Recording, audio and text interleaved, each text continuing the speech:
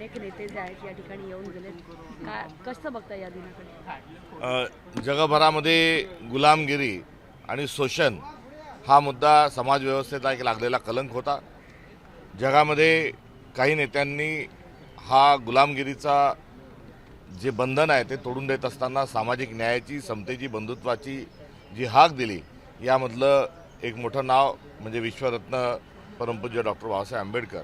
आणि त्यांनी जो लढा हा वंचितांचा, शोषितांचा जो लढला आहे आणि सामाजिक न्यायाच्या माध्यमातून समाजामध्ये समतेची जी बीजं रोवली ती अनन्यसाधारण आहे।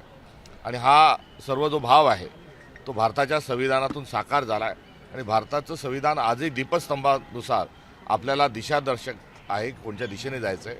मात्र आज या सर्व मूल्यांच्या विरोधातही काही राजकीय शक्ती डोकं वर काढतात आहे। या सर्वांच्या विरोधात संघर्ष हा अनिवार्य आहे आणि संविधानाला अभिप्रेत भारत निर्माण करण्याची जी भूमिका आहे संविधानाच्या संरक्षण संवर्धनाची, तिला बळकटी मिळण्याच्या अनुषंगाने आज नतमस्तक होण्याकरता या ठिकाणी मी आलेलो आहे। सर, डॉक्टर नरेंद्र जाधव यांनी सुद्धा मागणी केली की मेट्रो स्थानकाला जे आहे ते डॉक्टर बाबासाहेब आंबेडकरांचं नाव देण्यात यावं। ते पण मुख्यमंत्री, उपमुख्यमंत्री यांच्या समोर ही मागणी केली।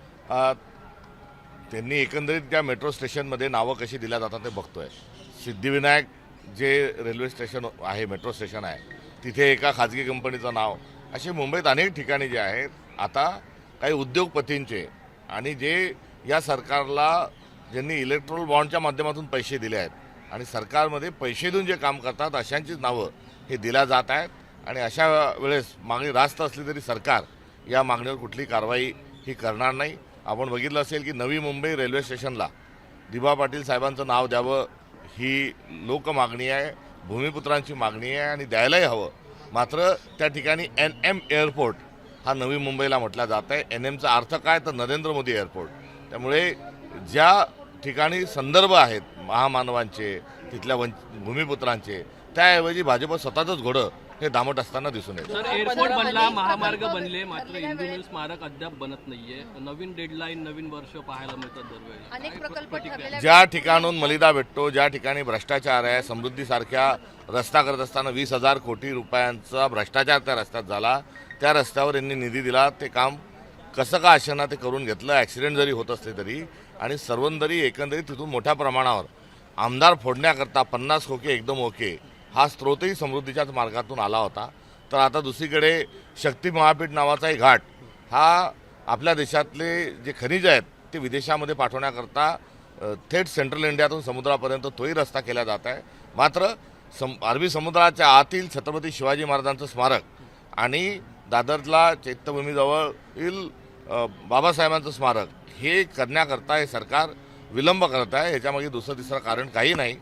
महामानवांच्या तत्त्वज्ञानाच्या विरोधात भारतीय जनता पक्ष आहे हेच या निमित्तानं दिसत आहे आणि त्यांचा केवळ आणि केवळ भ्रष्टाचारामध्येच त्यांचा रस आहे। की पुढच्या महापरिनिर्वाण दिनापर्यंत स्मारक पूर्ण होईल वाटते की महाराष्ट्राचे मुख्यमंत्री हे गजनी आहेत, त्यांना काय बोलतात याचं लक्षात राहत नाही आणि सातत्याने आपण बघितलं तर खोट्या आश्वासनं त्यांनी दिलेले आहेत। त्यामुळे त्यांनी मागच्या वर्षी तेच सांगितलं, त्याच्या मागच्या वर्षी तेच सांगितलं। अजित पवार चक्की पिसिंग सांगितलं, मात्र तेही ते विसरले। लाडक्या बहिणीचे 1,500चे 2100 करू तेही विसरले। शेतकऱ्यांची कर्जमाफी करायची तेही विसरले। अशी काही खूप मोठी शृंखला आहे। त्यामुळे ते जे सांगतात ते त्यांच्या लक्षात राहील की नाही यावर शंका आहे। थँक्यू। इंडिगो विषय सर, इंडिगो एअरलाईनचे अनेक विमानं रद्द झालेली आहेत, लोकांना नाहक त्रास झालेला आहे, याचा फायदा अनेक कंपन्या घेतात। अव्वाच्या सव्वा फ्लाईटचे दर सुद्धा गगनाला भिडलेले पाहायला मिळतात। काय प्रतिक्रिया तुमची यावरती?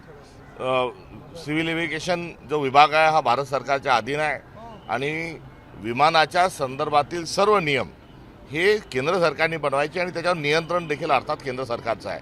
मात्र खाजगी कंपन्यांना रान मोकळं करून दिलेलं हे केंद्र शासनाने दिल्याचं या निमित्ताने दिसून येतं आहे। एक कंपनीचे नियम बदलत असताना सरकारचं कोणतंही नियंत्रण हे एकंदरीत या सर्व उड्डाणाच्या अनुषंगाने नाही। त्यामुळे भारत सरकारच्या आतापर्यंतचे जे अनेक मोठे फेल्युअर आहे त्यातलं एक मोठं फेल्युअर आहे। एक साधा क्लर्कची मिस्टेक असावी अशा स्वरूपामध्ये हे जो घोळ घातला जात आहे हा केंद्र सरकारचा नाकर्तेपणा आहे।